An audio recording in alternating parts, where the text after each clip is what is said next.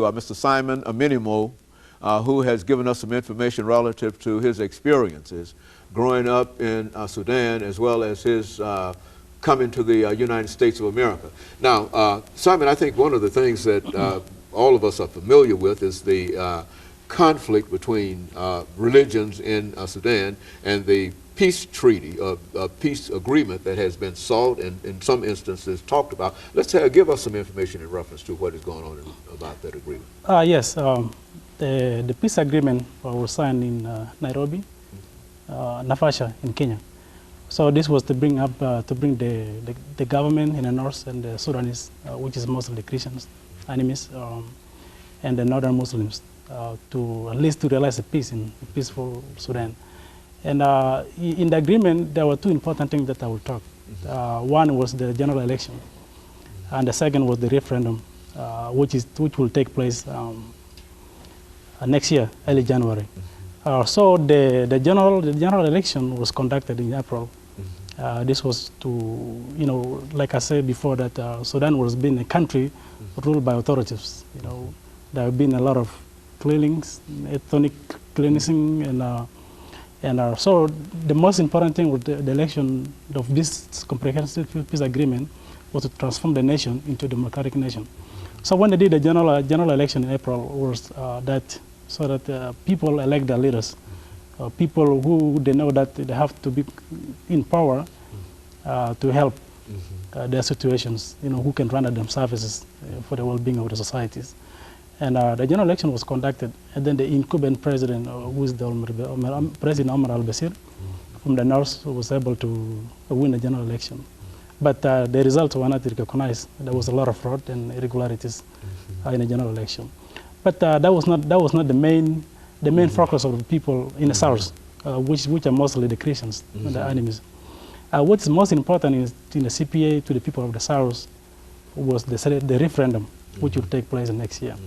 In the referendum, these people are going to vote, which is the people of the south, not Sudan as a whole. So in this process, they will determine whether they want to be a united Sudan, so that maintain the largest country of Africa as a united, or to separate as an independent state. This is the most important thing in the CP, in the comprehensive peace agreement, which was signed in 2005. So the referendum will take place early January, on the 9th of 2011. So that way the South can decide whether they being part of the Sudan or they have the independent state.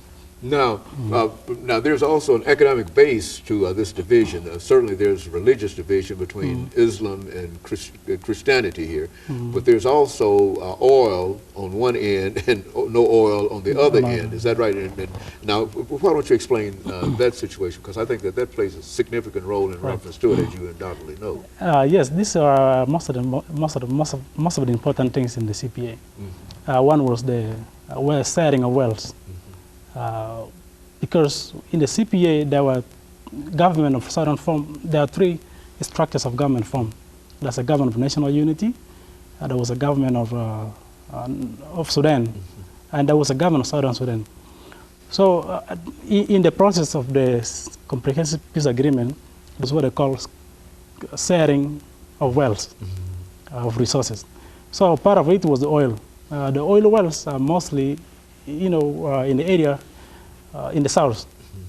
So this is one of the conflicts that bring also a problem to the people of the south. But before we didn't have an oil in the country.